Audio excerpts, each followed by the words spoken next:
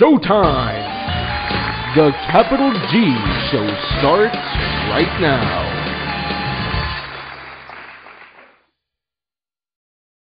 What's up YouTube, Capital G here. So guys, you all know that we are in the midst of Banlist season, and what does that mean? That means that we like to discuss and speculate as to what the potential ban list could be, what should be banned and what should be limited and all that stuff. And as every day passes by, we edge just a little closer to the 100% confirmed and real ban list finally being released.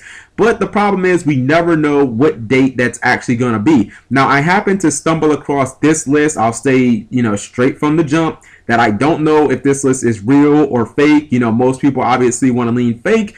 I will say this, I've never seen this template before, and this is one of the better Photoshops I've ever seen in my life if this list is indeed fake. But, because the fact that, it does look legitimate, I haven't seen this template before, this list kind of screams Konami all over it, I feel like it's at least worthy of at least discussing. Now you might notice that it has March 31st 2014, which some people might automatically assume is fake, but at the other side it does happen to say September 1st 2013, so maybe they're saying that this is going to run from September to March. And usually our formats run from September to the end of February, but if you remember a few years ago our formats used to actually rotate October and April. So maybe Konami is happening to throw it in reverse and trying to switch up our formats by a couple of months or whatever.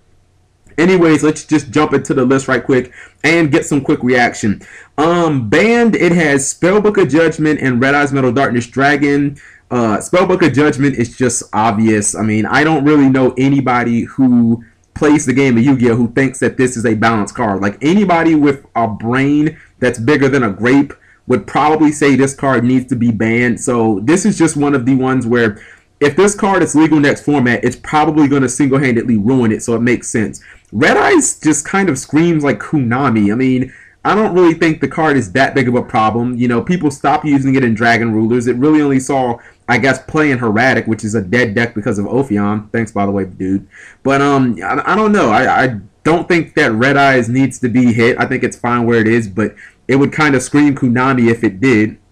Limited, Spellbook Magician of Prophecy, Gold Sarcophagus, and Super Rejuvenation. Super Rejuvenation is just obvious because, I mean, that card just, you go plus way too much. Gold Sarcophagus, it kind of seems like maybe that card should be there. I know that, there are decks like Laval's that use it to get Rekindling, and obviously with Dragon Rulers, you just go immediate plus with it. I don't know. Super Rejuve just seems like a card where even if you don't have a way to go plus, like Necrophase or Dragons or something, all you do is search like Heavy Storm or Launcher or your big, just bad auto-win cards. So I can kind of get that. And then Spellbook Magician, I think I had that on my list. Or I had Spellbook of Secrets, but if this or Spellbook of Secrets went the one in addition to Judgment getting hit, like I could understand that. So I'm actually perfectly fine with that. Under the semi-restrictions, all the big E-Dragons, Spellbook of Secrets, Mezuki, Monster Gate, and Plaguespreader Zombie. Okay, so the last three, Mezuki, Monster Gate, and Plaguespreader Zombie, I'm fine with all three of those.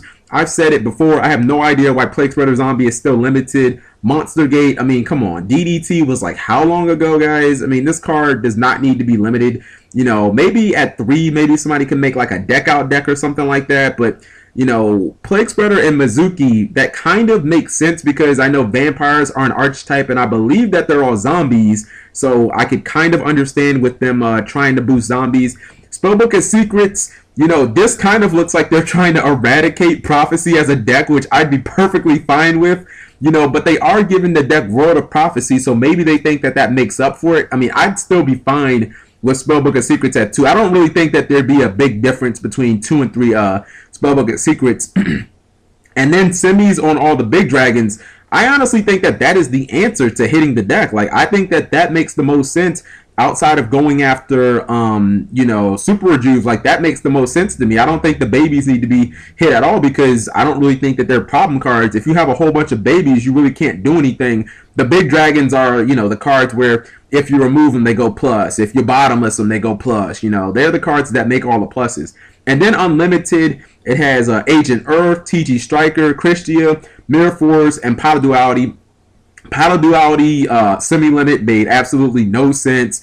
Mirror Force is one of those cards where, I mean, it doesn't really make that much of an impact in the game, so I really think that it should be at 3. Archlord Kristya, who really cares? TG Striker, again, one of those cards where it was limited for what reason? And then Agent Earth, it's like, again, you know, Konami went balls to the walls, overboard, hitting TG agents.